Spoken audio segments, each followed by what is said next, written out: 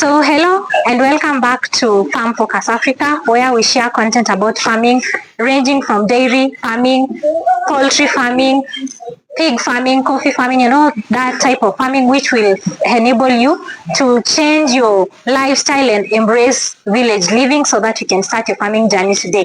We are in Kirinyaga County. We are with an ardent farmer. I am sure you have encountered Mr. James on TikTok, where he shares his inspiring story how he started farming up until today, and we are going to learn more about what he does. Do not forget to like, share, subscribe, and comment for such interesting episodes at Farm Focus Africa. Thank you so much, Bwana James. So welcome to my farm. This farm is called James Miti Smart Farm. James Miti Smart Farm. Located somewhere in Kirinyaga, Baricho area. So you are the most welcome in this farm. Thank you. So be my guest as we continue talking about and learning about dairy farming. I want to tell farmers that dairy farming is a passion. And if you don't have that passion, you cannot become a dairy farmer. Because if you want to become a dairy farming, there is a process. And it is not an easy job, but you start with one step. So in this farm, currently I have Frisian cows. Frisian cows are known for high milk production everywhere in the world. And even though some of them are very expensive to maintain, but they are the best. Because when we talk about production, in business, in agri-business, you look what is giving you profit. So in dairy farming, we normally go for Frisian cows because it has high production, milk production. So when we get high milk production, you get good returns. So that's why every farmer should start with Frisian cows because you will get good returns. So Frisian cows, when it comes to adaptability, some of them, because we have Holstein and we have Frisian. Frisian cow can adapt anywhere. Very dry. For example, there is a part of... What it depends is bush catalog. We have bush catalog. So when it comes to bush catalogs, we have Frisian which can survive in areas which are hot like where they are Frisian there. So what it will matter is the breeds. So you don't go for, there are these Frisian which are very sensitive and depending on where it came from. So when nowadays we have that bush catalogs which you can choose. I want this Frisian that can adapt. Ukisema bulls catalog, bulls catalog means there is a book which you choose which type of breed you want. Okay. That's why you find even in Mombasa we have Frisians. How do they survive? And Mombasa is very hot. How do they survive? They don't die and they still produce milk. So when it comes to that matter, what is important is how you build your cow shed for that cow. You should know that any cow or any breed of cow that you want it to produce milk, it has to be kept comfortably. Yeah. So when you choose a good breed that will not when we talk about bush catalogs, that breed will not frustrate you. So we have some Frisian which cannot be kept, which cannot be kept in hot areas. But we have Frisian, which can be kept in hot areas. So they adapt. So you just go for the bush catalogs. You choose the best Frisian which can adapt to your area. Yeah, because when we say that some of them cannot adapt in areas which are hot, others cannot adapt areas which are very cold. Yeah. You see, but all in all, a farmer should know that running a Frisian needs a lot of money and needs a lot of being very careful. They are not like Asha. Asha, you can just throw it away. You can let it go. Just you can let it go anywhere. But Frisian needs a tender care. Sasa kwa sababu umesema Asha unaweza waachilia, hata Jazz unaweza waachilia, and Frisians are very expensive. Kwa nini wewe uliamua kuchagua Frisians yet they are very expensive? So I decided to go for Frisian because of milk production. Oh, milk production. Yeah, milk production. You can mix, because when you say you have you take a Jase, you take a Ashaya, that one you can keep them because their milk is heavier than the Frisian cows. So if it is heavier than this, than for Frisian, it means fat content is high. But for Frisian, fat content is low. But what are you looking for, quality or production? Quantity. So yeah, quantity. So you have to know when you are venturing in dairy farming, you need money. So you look for production, more milk. That's why most farmers in Kenya, they go for Frisian.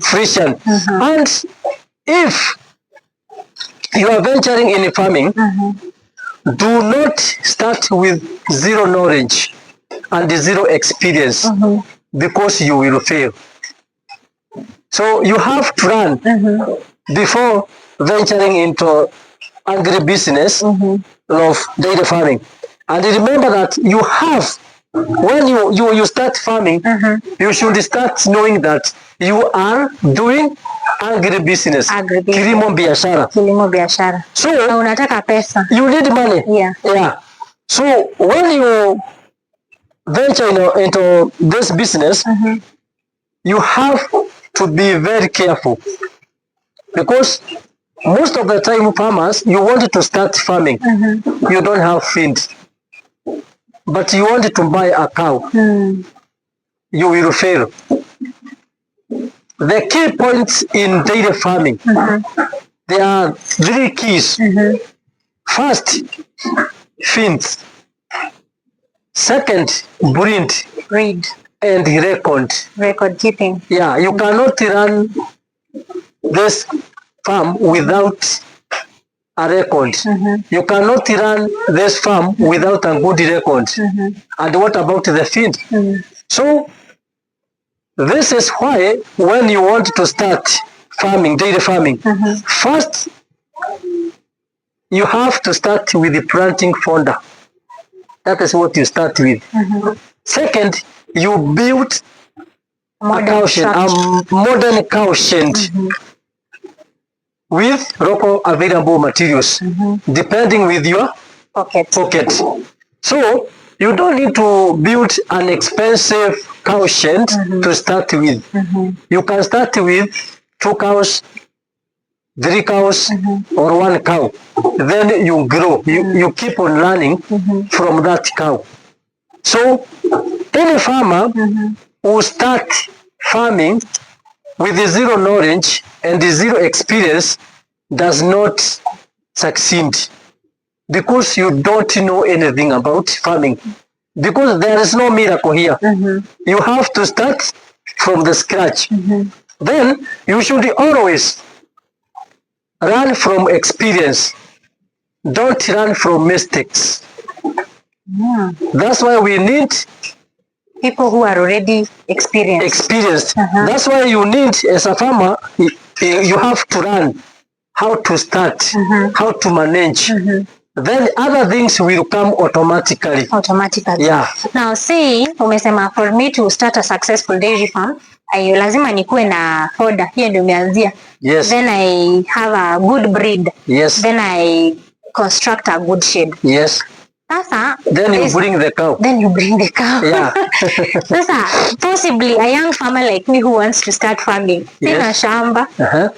Is it possible to run a farm and you do not have a large parcels of land where you're going to get your fodder from? You can run.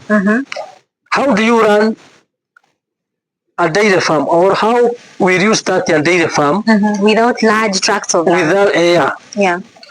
What you need is you need to lease a small portion. Small portion. Then don't start with a lot of cows.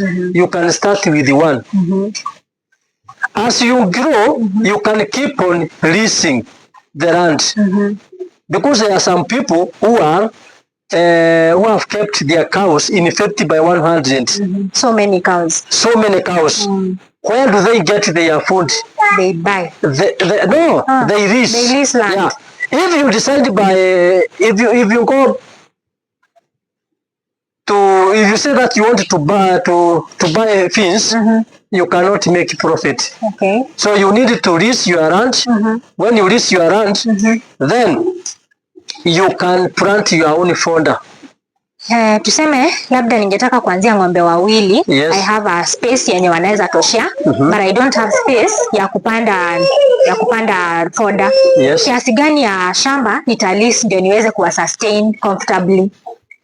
Starting with the two cows, yeah. You can lease just a quarter acre. A quarter acre? Yeah. Okay. So if you lease a quarter acre, that means it will sustain two cows. Two cows all year? Yes. A quarter acre? A quarter acre. Wow. You will just plant your own fodder. Yeah. There are fodders which we are going to talk about them. Okay. Which can sustain your cows for a year. Comfortable. Which they grow faster. They are hybrid. They grow faster. They take shorter time. They adapt in all kind of season, climate. Yeah, so you can make it. Okay. It is very simple, and that is how we are teaching farmers, and they are doing so, and they are making it. So I want to encourage young farmers who want to venture into this business. Don't fear. Don't fear. Don't fear. This business is very, very good. What you require is just you be patient, then passion. If you don't have passion, then you will not succeed. The other thing is you need education. So you have to learn about how you start, how you manage, how you get a good breed. Because if, for example, you don't have a good breed, it will not produce a good heifer. So if you look at this cow, this heifer is different from the mother. Because we have upgraded the heifer. So this heifer will produce more milk than its mother. So when the time of giving this heifer insemination, we shall upgrade. So you keep on upgrading until you finally reach you reach somewhere you can see when you hear about 40 liters, 30 liters, like that. You keep on upgrading your cows. And because they are your own cow, and you are going for the best breed, you succeed. You'll succeed. Yeah. So because you have mentioned that this one is the child is an improved breed from the mother. How much liters is this cow producing? This produces 25 liters. 25 liters. Yeah. So if we inseminate this one, or we inseminate this one, we expect that 35 liters, 30 to 35 liters. 30 to 35 liters. Yeah. And when you improve it, you probably will go to 40 and above. 40 and above. Wow. Okay. But remember, there is what we said, another key of feeding. Feeding. You have to take care of this heifer from calf. From the day it was born. Yeah. So you keep on taking care until it reaches adult. That is the secret. So if it is a calf, you need to give it what what is required. That is colostrum. You give it the milk. Do not minimize milk for the calf. For the calf. Because that is the time it needs some nutrients. So you find that a farmer will not give the calf enough milk because they want to save. They want to sell the milk. So that is where the problem comes. Okay. But if you have a good breed that produces a lot of milk, you don't have any problem of giving or denying your calf milk. But if you have a breed that produces 3 liters per day, and this calf when born requires 6 liters per day, it becomes difficult. So that is not farming. Farming is when you have a good breed that produces a lot of milk. It will sustain you. Okay. And this is a business, a very, very lucrative business. Very, very lucrative. A very lucrative business. Yes. Okay. I am looking at the size of this cow, and it's extremely tall. Yes. It's a very tall cow. Yeah. And even the body is big. Yes. Does the body matter with the amount of food it eats? When it comes to body, there are cows which have big bodies.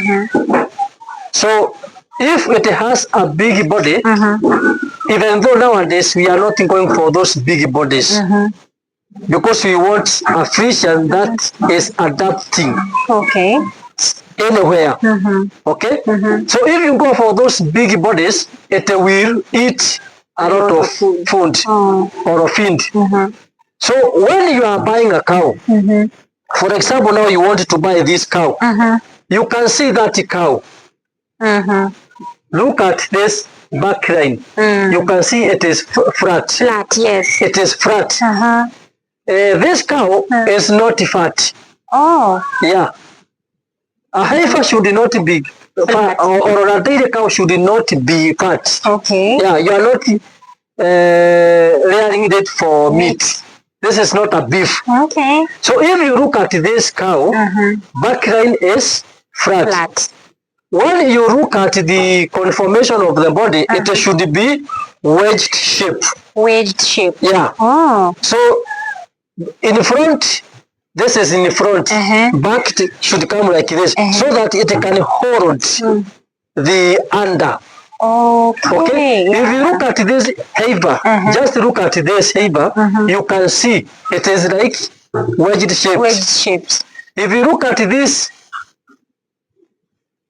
teeth under, the under is well formed, and it is very well. It is holding very well. The back line is flat, but if you see a cow with a back line which is shaped like rainbow, run away.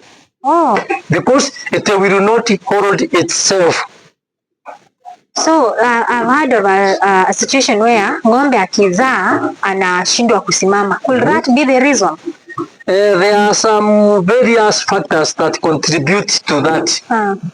Because one thing, for instance, if you give this heifer a big breed, it will not stand. Because it is big. Yeah, because it is bigger than the mother. Okay. So when inseminating, you have to look for a good breed that will not complicate the mother. And that is where the bush catalogs is coming. Yeah. The other thing is, if this cow is not well managed during its pregnancy time, it will fall. Okay. Because some will fall because of the calf is big. Then if the calf is big, some nerves becomes paralyzed. Okay. Because of the weight. So it fails to stand. There is another factor, milk fever. Milk fever. Yeah. Wow. Milk fever comes when the cow has calcium deficiency, meaning that during the pregnancy time, the cow was not well managed. There was no dry period, there was no steaming time. So when the cow calves, then it doesn't have enough calcium to support the bones. So the cow will fail to stand. Okay? Yes. So those are some of the factors that can lead a cow to fall down. Okay. Yeah. So before calling a vet, you should know what is the problem. Yeah. So you have mentioned about drying and steaming. Yeah. Can you explain more about drying and steaming during a cow's pregnancy? When a cow becomes pregnant, a cow should first give birth every year. A cow should give birth every year? Every year. A cow should give birth every year. A calf, you should have a calf every year. So, when this cow takes birth, gives birth, it will take 3 months before you serve it again. Before you serve it, or before insemination or coming on heat. And a cow should come on heat after every 3 months after calving. Wow. If it does not come after 3 months, there is a problem of minerals, imbalances in body, whatever. So if it comes on heat after 3 months, you serve it. And you keep on taking care of it. So during the 7th month, of the pregnancy, you stop milking, but you don't stop at once. If you are milking 3 times, you reduce 1. Then the supplement that you have been giving like mineral salt for maziwa, dairy milk, you reduce. You start introducing dry cow salt. Okay. Why do we introduce dry cow salt? We introduce dry cow salt because at this time, the cow does not need a lot of calcium. Dry cow has a lot of magnesium. So that is what we need in that cow. So you give it magnesium. Then there is this time of steaming. When it is about to calf, like 2 weeks to calving, you can change from dry cow, then introduce maziwa mineral salt. Then you you introduce dairy milk. So all what is required for a good cow or a cow that is being milked, you will introduce. But when you are leaving or you are going for steaming, you don't introduce at once, you introduce slowly. Within 3 days, you have already changed. Okay. Because if you change at once, there will be some confusion and stress. These cows will have stress. So, when steaming comes, you prepare for the cow to give birth, to make colostrum. So by the time it gives birth, the colostrum will be enough. The milk production will be high. So, yeah. So that is why we do steaming. Okay. Steaming, you prepare the cow to produce the expected milk production you wanted. So that's why you find if you don't do well steaming, or you don't steam, you will not achieve what you wanted in milk production. Yes.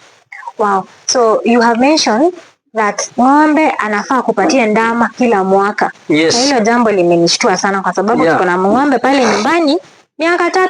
Miaka 3 you have lost 3 years. You have lost 3 cows. Yeah. So what happens? This is what happens. The cow usually goes on heat, and then it is served, but it's like mbegu haishiki. What could be the problem? There are several factors. One is that when you find that your cow is not coming on heat, it is served, then it becomes on heat again. It becomes on heat again. It could be either infection. The other thing is, it could be that you didn't follow the rule of insemination. We normally follow AM to PM rule. PM to AM rule. So, for example, as a farmer, you should always, when you wake up in the morning, you check your cow. Whether it is on heat. Because there are some cows with silent heat. And with the silent heat, that is where you will make a mistake of calling vet. So you will say that vet gave inseminated my cow, but haikushika. The problem is not the vet, it is the farmer. So when you know that your cow is about to come on heat, every morning you should check your cow to see whether it has white discharge. If you find white discharge, and yesterday in the evening there was no such a thing, so you should call the vet not that time in the morning. In the evening. That is, you have seen it in the morning, that is AM. You call him PM. Or you tell him, I have noticed my cow is on heat right now. So he will plan for the time, the good timing to serve it. There is another thing. If the semen which is going to be inseminated, maybe it was misplaced in the hydrogen. It has already expired. Or it is not active. That is another thing. Though it is rare. Another thing is, when inseminating, when the vet is inseminating, he makes a mistake. It will not go through well. But the most common thing that farmer make mistake is that they don't follow the rule. They don't check their cows at what time did the heat start. So I was saying every morning you should check your cow. If you know that it is about, every morning you check. Noon you check. In the evening you check. So by that time, you will know that this cow, it is supposed to be inseminated at this time. Me, I don't miss. Yeah, I don't miss. So it is the farmers. Hiyo ni kazi ya mkulima anafaa ajue. Yeah, see vet. Sio vet. Vet ukimwambia, if you tell him come now, he will come. Na atamserve. Ataserve. Then who is to blame? It is the farmer to blame. It is the farmer to blame. But the farmer will blame the vet. Yeah. It is obvious the farmer might seriously blame the vet. Yeah. Now you also mentioned like wakati ng'ombe ameshika mbegu, they are supposed to be taken care of well ndio aweze kubeba mbegu to term hadi azae na asishindwe kusimama. Yes. Probably can you tell us about which care are we going to give the cow during pregnancy so that they are able to be strong during that time? Okay. During the pregnancy period, a farmer should know that you should feed your cow very well. And always you should feed your cow very well with TMR. TMR means total mixed ratio. Total mixed ratio. So that is a balanced diet feed. When you do that, and before I come on that time, question, there is another factor which will not let your cow become or come on heat. If your cow, the stomach is empty. Oh. These animals, they are animals. An animal cannot give birth if the stomach is empty. Because if it gives birth, it will die and the child will die. Oh. So these animals, they have that adaptability.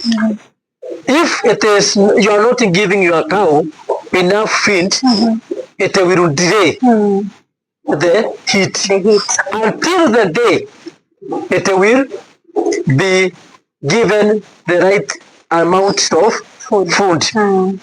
That's why you find that it was on heat this month. Next month, it doesn't come on heat. So what do? You just wait because it has reduced maybe the kgs. It has reduced. Okay. So it will come on heat until the time it will gain the kgs that is required. Okay. So we were talking about care during in-calf period. During the in-calf period, you can see there is this time of your milking, lactation period, and we have steaming period and steaming period. Those three areas, you have to feed the cow correctly. Yeah. If it is time for lactation, TMR should be given. Everything that is required. Protein, carbohydrates, minerals, clean water. Yeah, because farmers, they give their cows food, but they don't give clean waters. Clean water, you are supposed to put it every morning. Yeah, because these cows, when it is taking water there, it will leave saliva there. So if that water goes for overnight, the cows will not drink that water because it is already contaminated. So you should pour that water, give it clean, fresh water. Okay. So during the in-calf period, lactation period, you take care, you give the cow what is required. During dry period, you dry the cow with what is required. During steaming, you steam the cow with what is required. Your cow will not fall down during birth. Your cow will not let you down. And your cow will produce more milk. Yeah. So mkulima, do not be afraid to start your journey. You have gotten what it will take you to start your journey, your farming journey. We have umetuambia kitu ya kwanza, fodder. Lazima ujipange na chakula ya ng'ombe. Lazima ujipange na mbegu mzuri. Look at where you are. Is it very cold? Then you go, ametuambia Bull's catalog. If you do not get a good Google, then you will not be able to get a good breed that will survive in your climate area. Then he also told us you get a good structure with locally available materials. And then get your cow. Start farming, do not be afraid. Mr. James, I have been following your journey on TikTok. Right from when you were very small, you had very few followers, and I was asking myself, when will I get here? And today, for real, I am here, and I'm very happy for the kind of growth that you have had. Thank you very much. One thing we did not tell the farmer who wants to start farming, yes, is what prompted you to start your farming journey. Kata uanzishe.